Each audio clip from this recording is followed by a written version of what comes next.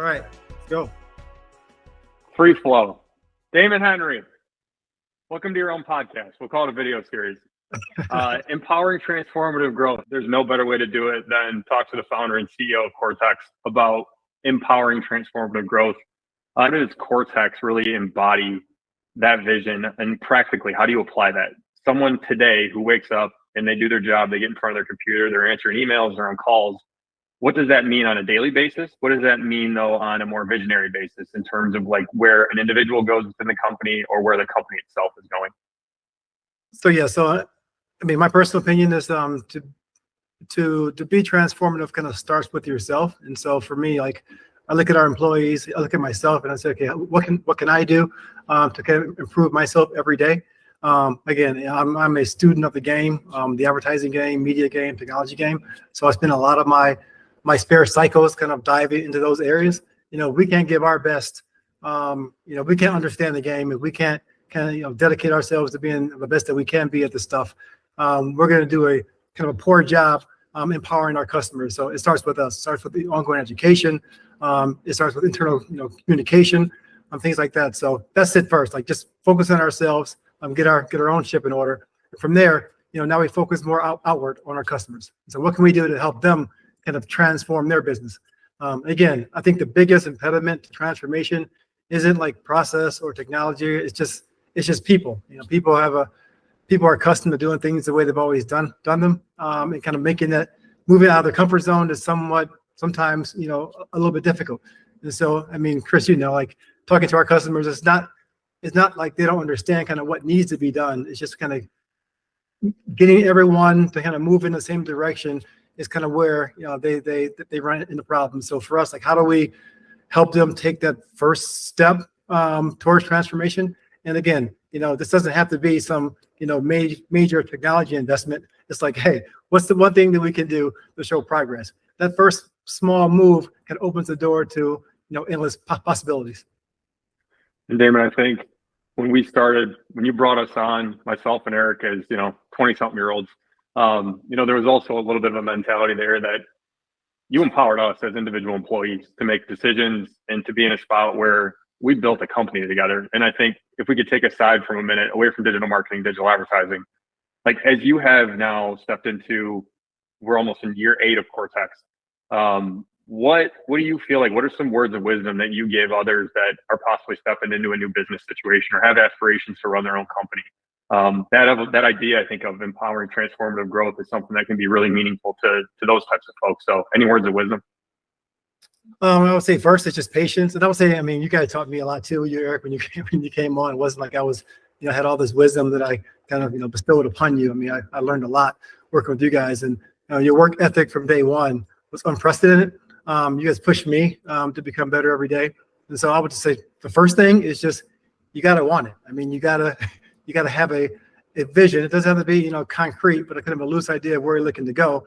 And you got to be able to actually do stuff every day to make that happen. It's, like I always say, no one at KORTX gets paid to think real hard. So, we have to think about things, but we also have to do stuff. And, for me, like, just understanding, like, what are the building blocks? How can I show action? How can I make progress every day? You do it long enough, I think the results start to compound. As we've kind of matured over the years. Where do you feel like the sweet spot is right now? Like, where does your mind go when we're thinking of short-term growth over the next 6 to 12 months? I mean, I want to go where I can add the most value for our customers. On the agency side, with the sweet spot that I'm seeing is like there are these agencies with very, very strong creative capabilities. They do some media, but it's not really their core competency, and so they lean on us to kind of execute kind of media, marketing, advertising campaigns for them. They lean on us for more, digital analytics and reporting, and we find that we can provide strategy, execution, and the analytical components that these creative agencies allow them to focus on what they're really good at. They bring us in to do what we're good at. On the brand direct side, the world's evolved over the last 8 years, where now most brands are doing some things in house. They may have a Tableau or Looker or Power BI in house. They may have they may run search or social or even some programmatic in house. So our ability to be flexible and kind of support them kind of meet them where they are, I think it's been a huge benefit. So, our brand direct customers, rely on us sometimes for programmatic and search, programmatic search social. They may do some things, we do things, but being able to kind of integrate ourselves into the fabric of their business and kind of act as a true extension to their business, I think gives us an advantage. I think tech, and looking at the way that we have decided to either build in-house with a team of engineers and product specialists versus maybe grab some open source technology or best in class tech. We think about the decisions that we made with technology over the past 7 to 8 years. Walk us through just your mentality or your methodology in terms of when it makes sense to buy something versus build it, or if there's another option. Like, what does that decision-making process look like for you? So I would say every company right now is a technology company, whether you want to be one or not. Technology pretty much powers everything we do, and every company is also a data company. And so, 8 years ago when we were starting KORTX, we started as a media vendor. We sat down and we knew that we have to invest in areas to make this thing sustainable over the long term.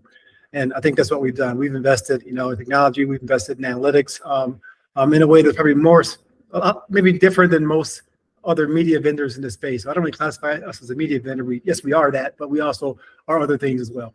I guess in terms of build versus buy, and we do both. Obviously, I'm a huge proponent of open source technology. We use a lot of open source technology in our products today, and we build on top of those things, to make them better solutions for our customers. But in some cases, it just makes sense to buy things. We're not going to build Jira, and we're not going to build Slack.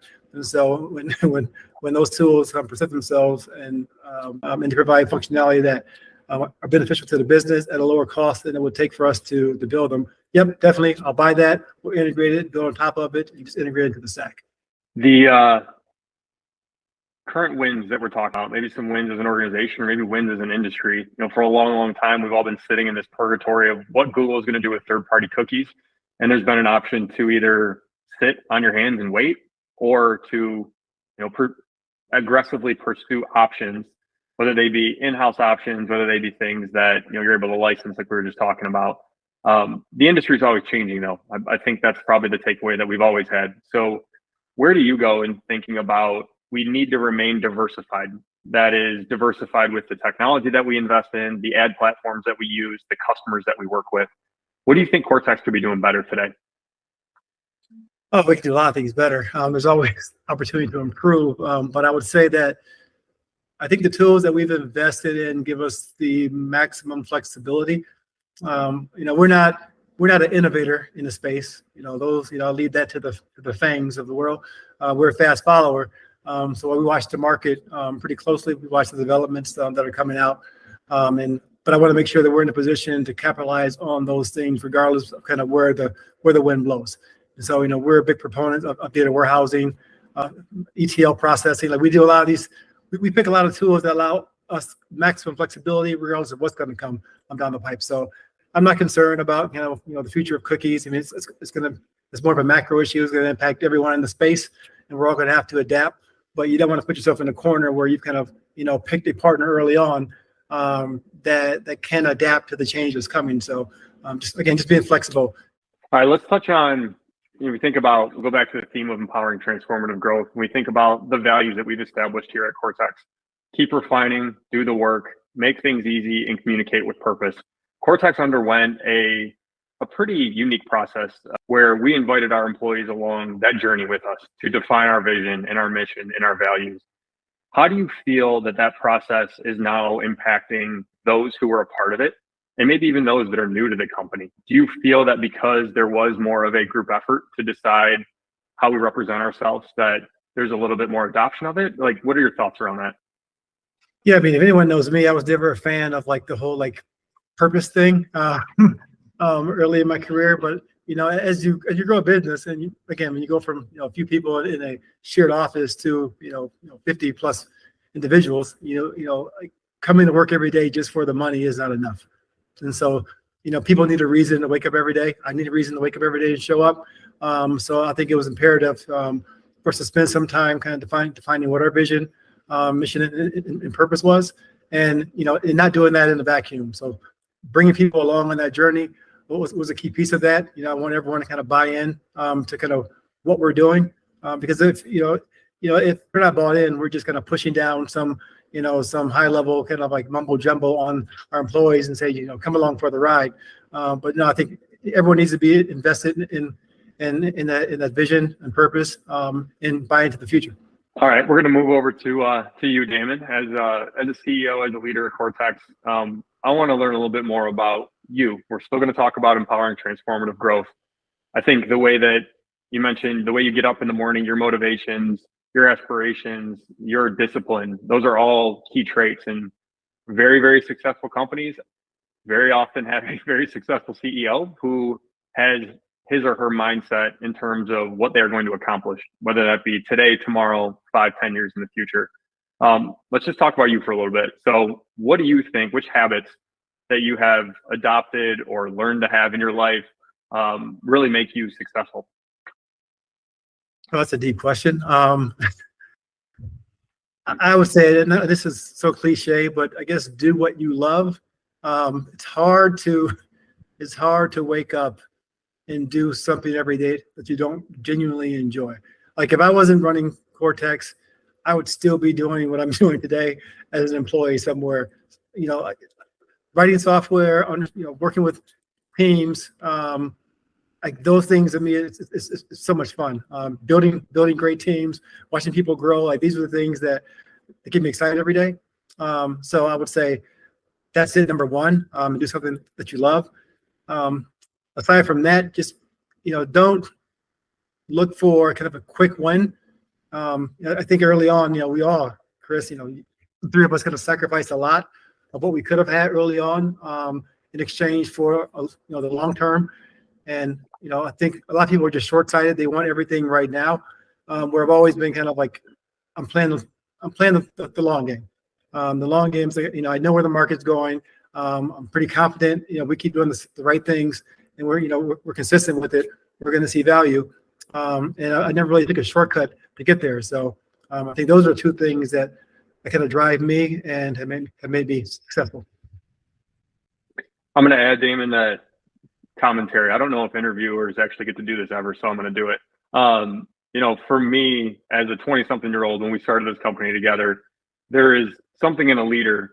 Leading by example is probably the most cliche statement that many of us hear. But when someone who walks in a position of power believes and has the faith that the decisions that are being made are the right decisions every day, that is something that is so contagious that I don't think even the greatest leaders in the world, maybe they recognize how powerful they actually are in that regard.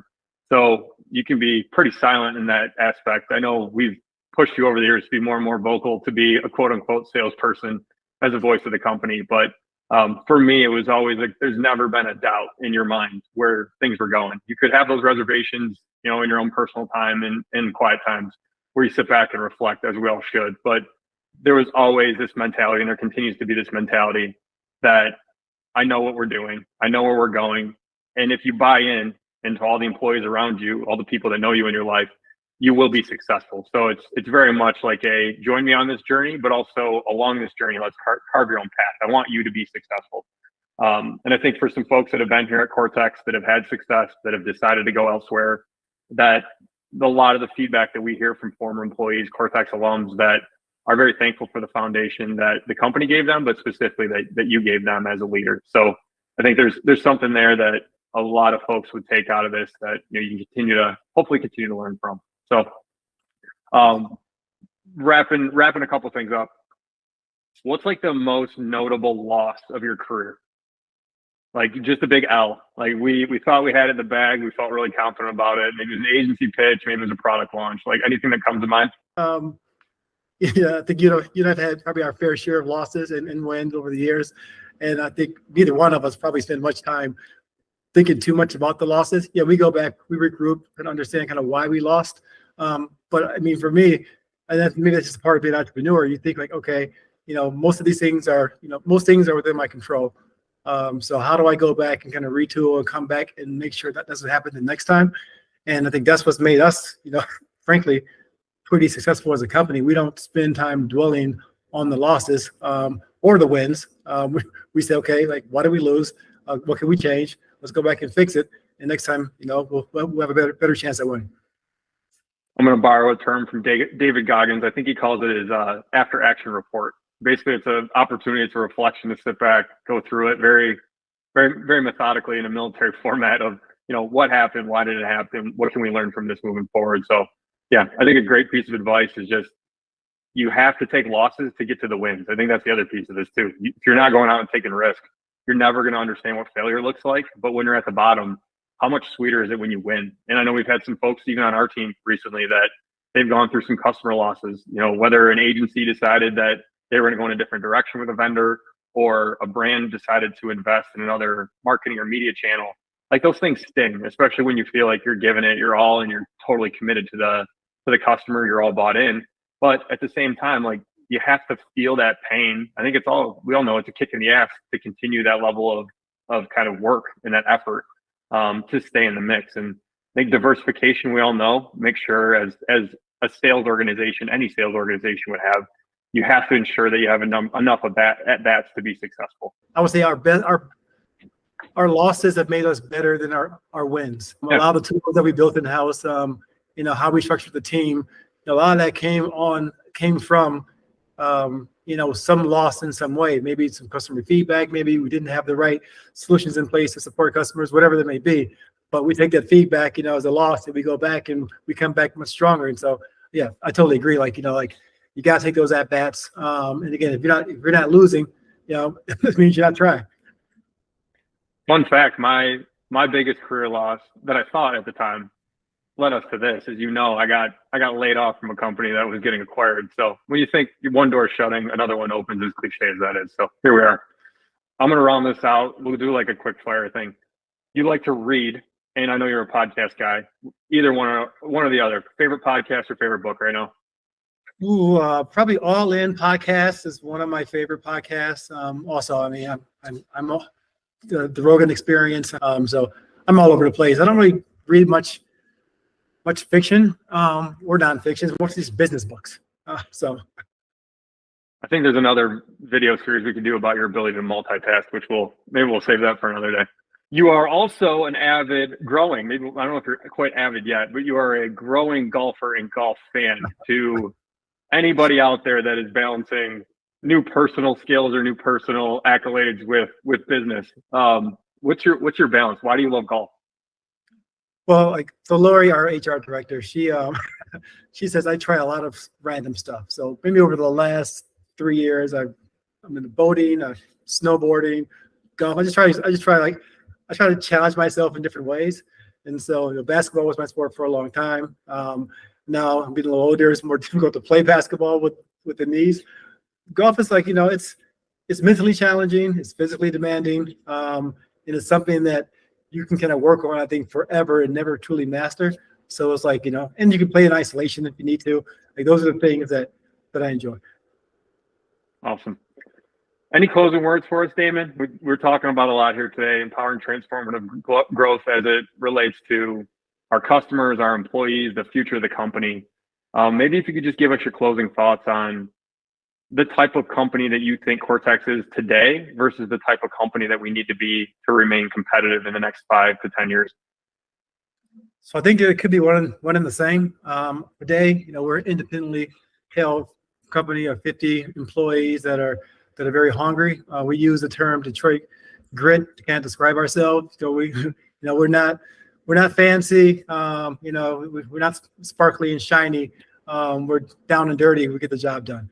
And so, that could be viewed as a negative or positive. I view it as a positive. A lot of people just need, some of the basics to get them where they need to go. And yes, we have more advanced, sophisticated capabilities, but, it's like understanding our customer base, meeting them where they are, making sure we can show value on day one, and then building upon those things. I think if we maintain that humility and hunger as we grow and scale, I think we're going to be poised to compete with some of the larger firms out there. Awesome. Damon, we really appreciate the time, the thoughts, the insight. So thanks everybody for tuning in. We'll catch you next time. Thank you, Chris.